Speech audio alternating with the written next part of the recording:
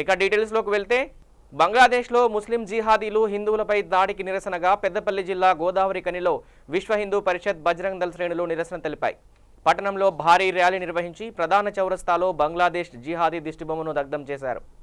దీప్దాస్ చంద్రని బంగ్లాదేశ్ జిహాదీలు నడిరోడ్డుపై ఉరివేసి హత్య చేయడాన్ని బజరంగ్ దళ్ జిల్లా బాధ్యులు అయోధ్య రవీందర్ తీవ్రంగా వ్యతిరేకించారు.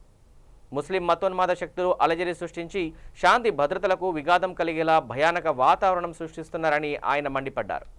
ఇప్పటికైనా హిందూ సమాజం మేల్కోవాలని, హిందువులపై జరుగుతున్న దాడులను తిప్పికొట్టాలని నాయకులు పిలుపునిచ్చారు. ముస్లిం జిహాదీలు హిందువులపై దాడిని మానుకోవాలని, లేని పక్షంలో ప్రతిదాడులు తప్పవని వారు హెచ్చరించారు.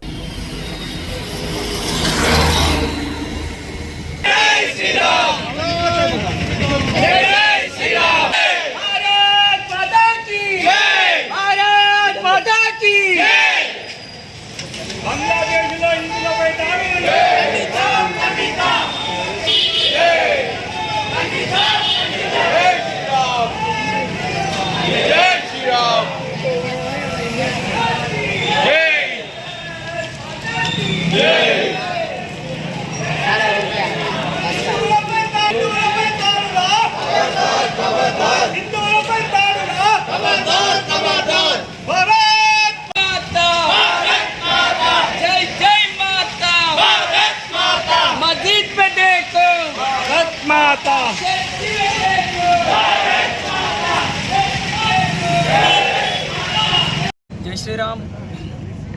ఈ రోజున విశ్వ హిందూ పరిషత్ బజరంగ్ దళ్ దేశవ్యాప్త పిలుపు మేరకు బంగ్లాదేశ్లో హిందువులపై జరుగుతున్న దాడులకు వ్యతిరేకంగా నిరసన కార్యక్రమాలు తీసుకోవడం జరిగింది. అందులో భాగంగా ఈ రోజున గోదావరి నగరంలో విశ్వ హిందూ పరిషత్ బజరంగ్ దళ్ ఆధ్వర్యంలో జిహాదీ మూకల దిష్టిబొమ్మ దానం చేస్తూ ర్యాలీ నిర్వహించడం జరిగింది. ఈ కార్యక్రమం ద్వారా మేము మా హిందూ సమాజాన్ని సంఘటన కోరుతూ, అలాగే బంగ్లాదేశ్లో ఉన్న మరియు ఈ దేశంలో ఉన్న మతోన్మాద కుక్కలకు మేము హెచ్చరిస్తూ ఉన్నాం.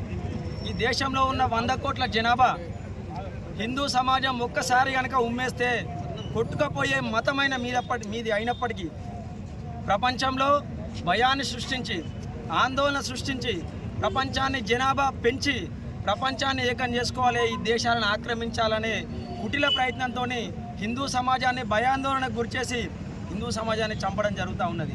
ఒకసారి హిందూ సమాజాన్ని ఆలోచించాలి. ఎక్కడైతే హిందూ సమాజం మనం మైనార్టీలు అయిపోతామో అక్కడ ముస్లింలు మనపైన నేరుగా దాడి చేయేందుకు 100% అవకాశాలు ఉన్నాయి. ఈ రోజున బంగ్లాదేశ్లో మనం మైనార్టీలం కాబట్టి మనపైన దాడులు చేస్తూ ఉన్నారు. సైలెంట్ ఉండండి.